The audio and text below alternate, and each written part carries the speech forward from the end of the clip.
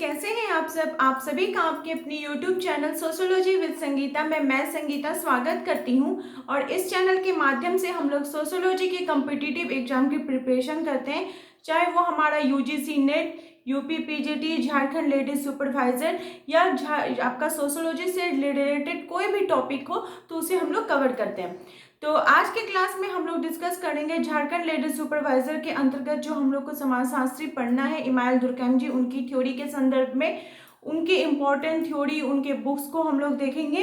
अगर आपको class helpful लगे तो इसे जरूर लाइक कीजिए, अपने दोस्तों के भी शेयर कीजिए और मेरे चैनल पर नए हो तो प्लीज़ सब्सक्राइब करना ना भूलें।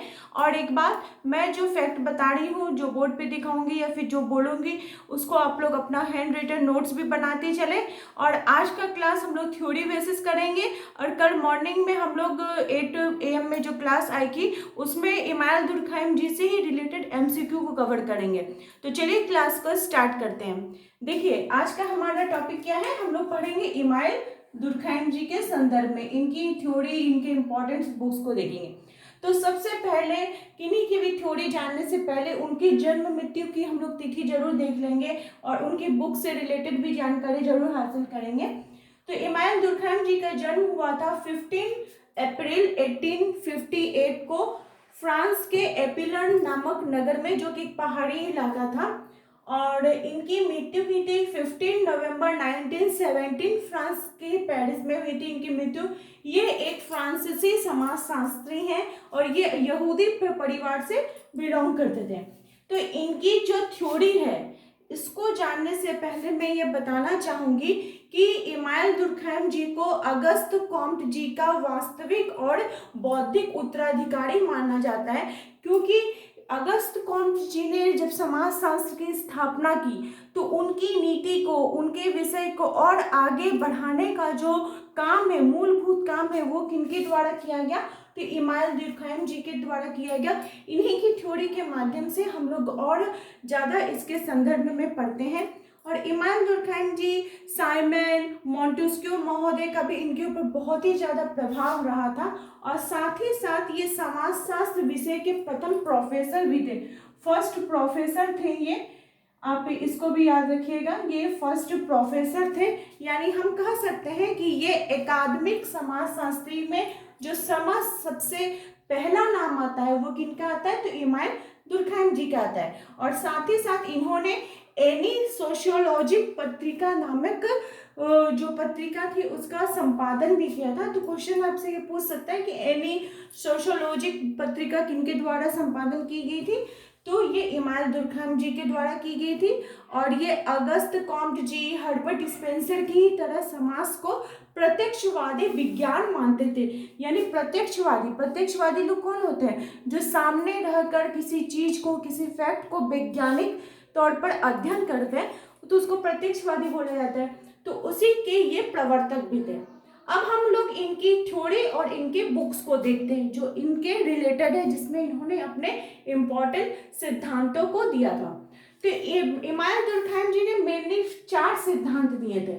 इनका सबसे पहला सिद्धांत हो गया श्रम विभाजन का सिद्धांत, जिसको इन्होंने अपनी पुस्तक the division of labour in society, इसमें 1893 में इस पुस्तक में इन्होंने अपने सिद्धांत के बारे में बताया था।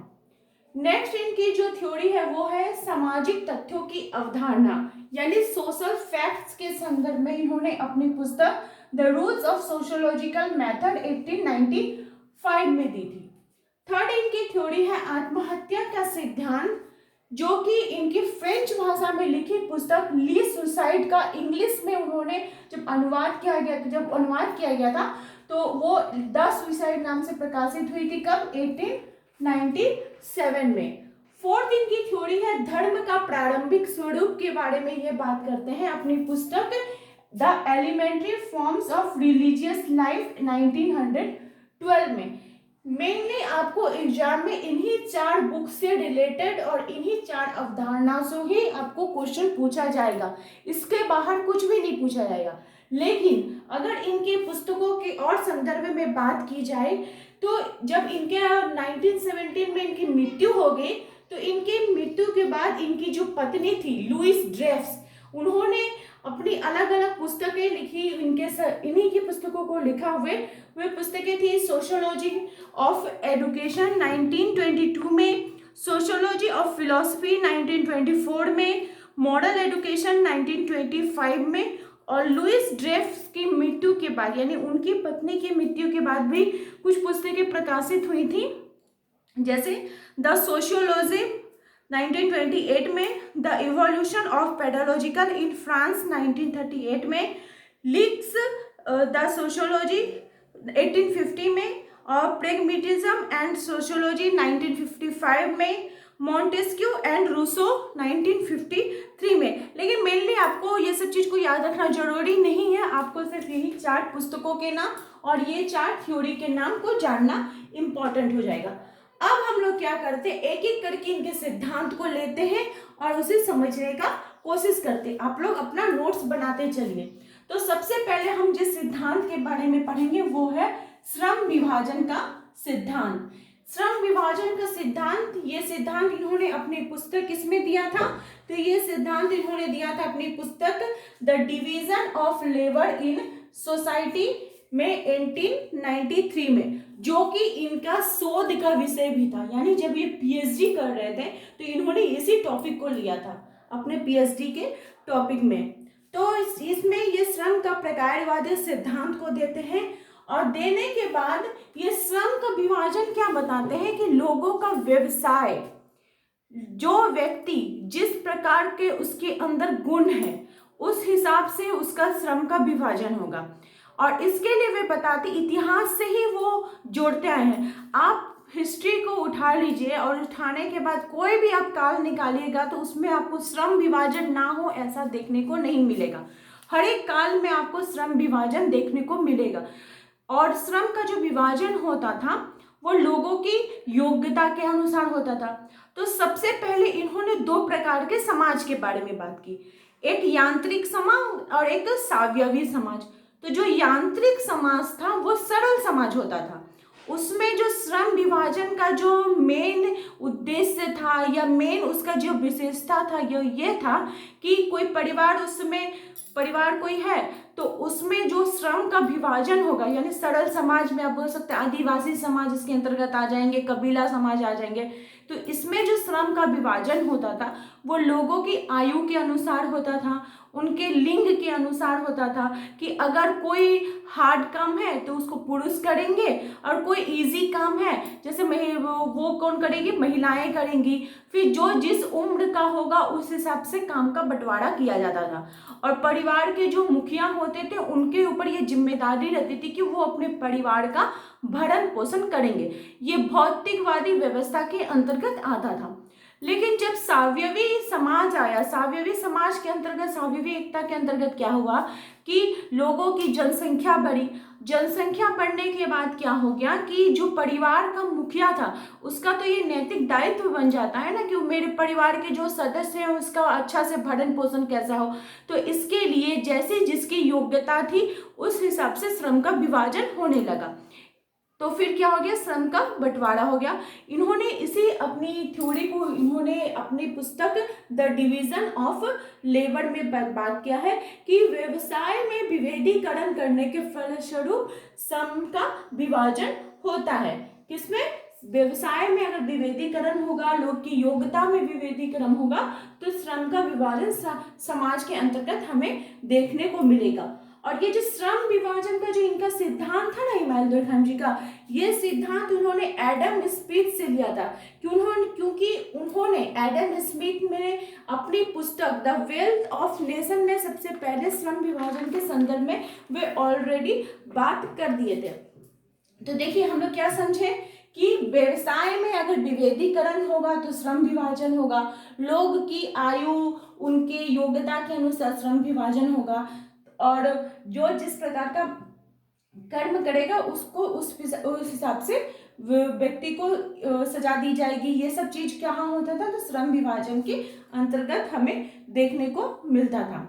और ये जो श्रम विभाजन था इसको फिर बहुत सारे जो इनके समाज थे जैसे सरल समाज हो गए, सरल बहुखंडीय समाज हो गए, इन सभी में हमें देखने को मिलता था। जैसे यांत्रिक जो समाज था उसमें सामूहिक चेतना की भावना पाई जाती थी, और सार्वजनिक समाज में सामूहिक चेतना जो था उतना प्रभावित नहीं था, व्यक्ति की चेतना प्रभावित होती थी। और आप बोलिएगा कि सामूहिक चेतना क्या होती है, तो उसको भी हम लोग और आगे पढ़ेंगे, उसको देखेंगे, तो ये आपको श्रम विभाजन उनका अच्छे प्रकार से समझ में आ गया होगा। अब हम इनकी नेक्स्ट थ्योरी को देखते हैं, जो कि है सामाजिक तथ्यों की अवधारणा, या सोशल फैक्ट बोलते हैं, या फिर the rules of sociological method के नाम से जानते हैं। इन्होंने अपनी इस अवधारणा को कब दिया था, तो 1895 में दिया था। और इस अवधारणा में, सामाजिक तथ्यों की अवधारणा में, वे समाजशास्त्र की जो विषय वस्तु है उसको उन्हें बांधने का काम करते थे। कैसे बांधने का काम करते थे? जो सोशल फैक्ट्स है वो क्या करता है, व्यक्ति को प्रभावित करता है। इमानुएल दुर्कheim जी समाज को महत्वपूर्ण चीज मानते थे, फैक्ट मानते थे, व्यक्ति को वो गौण मानते थे, व्यक्ति को इतना इंपॉर्टेंट नहीं देते थे, लेकिन समाज को इंपॉर्टेंट देखते थे।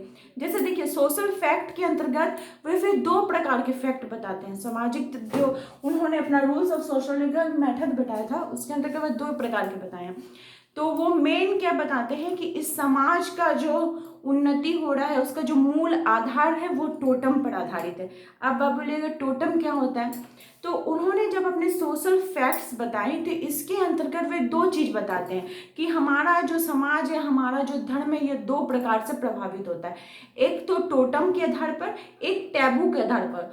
टोटम वो चीज को बोला जाता है जिसको कि हम लोग पूजते हैं, चाहे वो कोई व्यक्ति हो सकता है, चाहे वो कोई पेड़ हो सकता है, चाहे वो कोई कुछ भी हो सकता है जिसको पूजा जा सकता है। लेकिन उसको उन्होंने कैसे किया, तो वैज्ञानिक अध्ययन करने के फलस्वरूप किया।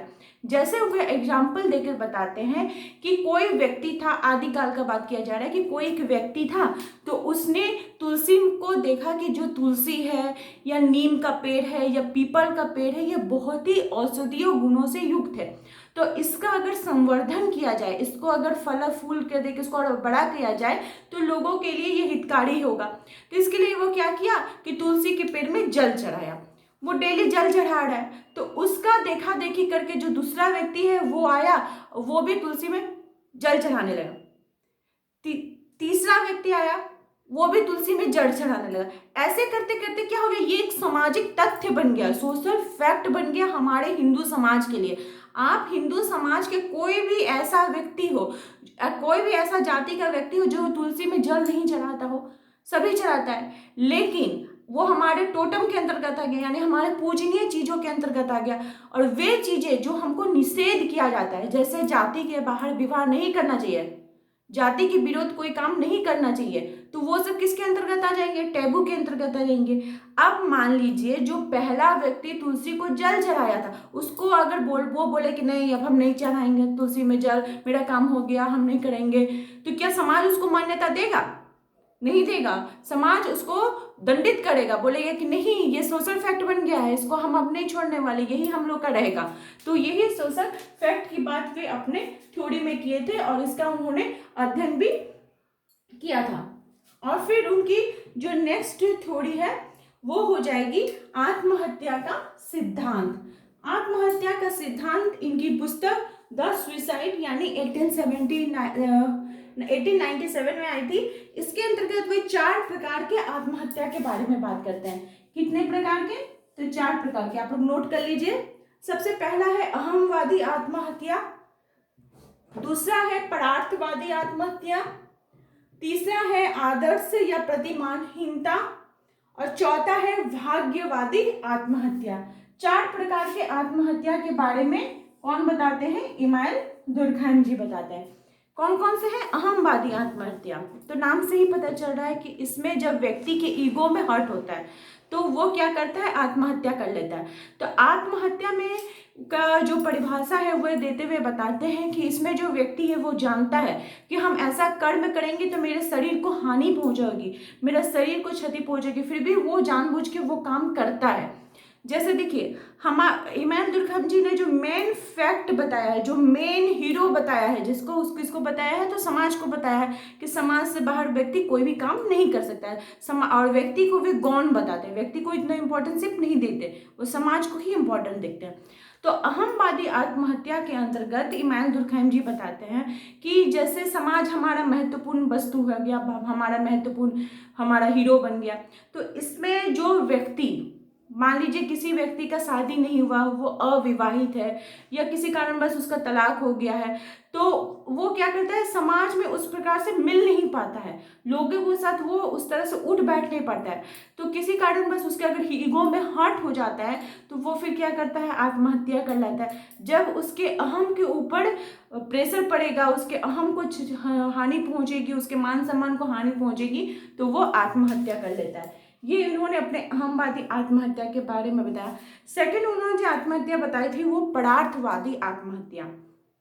इसके अंतर्गत जो व्यक्ति होता है वो अपने आप को समाज के साथ जोड़ लेता है, वो देखता है कि समाज ही वो है, वो समाज के लिए सब कुछ करने के लिए तैयार रहता है।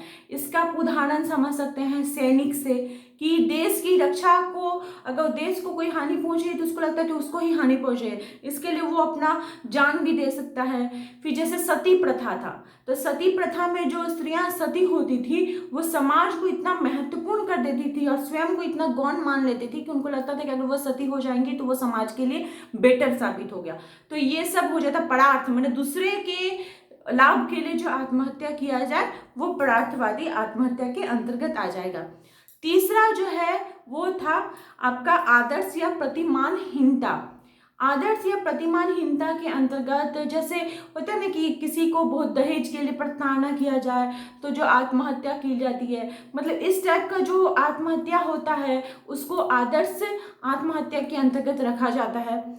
और चौथा है भाग्यवादी आत्महत्या। इसमें जो व्यक्ति है वो अपने भाग्य को दोष देने लगता है, क्योंकि समाज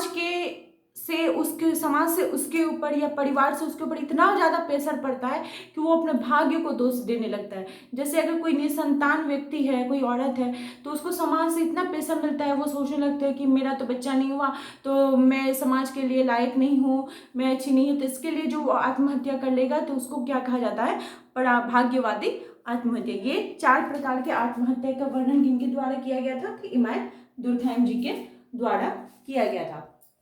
ये था इनका आत्महत्या का सिद्धांत। फोर्थ जो इनका सिद्धांत है वो है धर्म का प्रारंभिक स्वरूप। धर्म का प्रारंभिक स्वरूप का अध्ययन के लिए इन्होंने अपनी पुस्तक the elementary forms of religious life, इसमें वे 11 देशों का इमानुएल दुर्कheim भ्रमण करते हैं। भ्रमण करने के बाद वो ऑस्ट्रेलिया के अरुंटा जनजाति में जाते हैं। वहां पे जाने के बाद वहां पे वे अवलोकन करते हैं। अवलोकन किस माध्यम से करते हैं, तो असहभागी माध्यम से करते हैं। असहभागी माध्यम से जब वहां का वो अवलोकन करते हैं तो अवलोकन करने के फलस्वरूप वे वहां के धर्म के प्रारंभिक स्वरूपों के बारे में बात करते हैं। अब यहाँ पे एक क्वेश्चन हम लोग को जान लेना इंपॉर्टेंट हो जाता है। जो अवलोकन विधि होता है ना, वो 2 प्रकार का होता है। अवलोकन पद्धति 2 प्रकार का होता है, एक तो असहभागी हो गया और दूसरा हो जाएगा सहभागी अवलोकन, और तीसरा भी इसके बीच में एक चला आता है अर्ध सहभागी।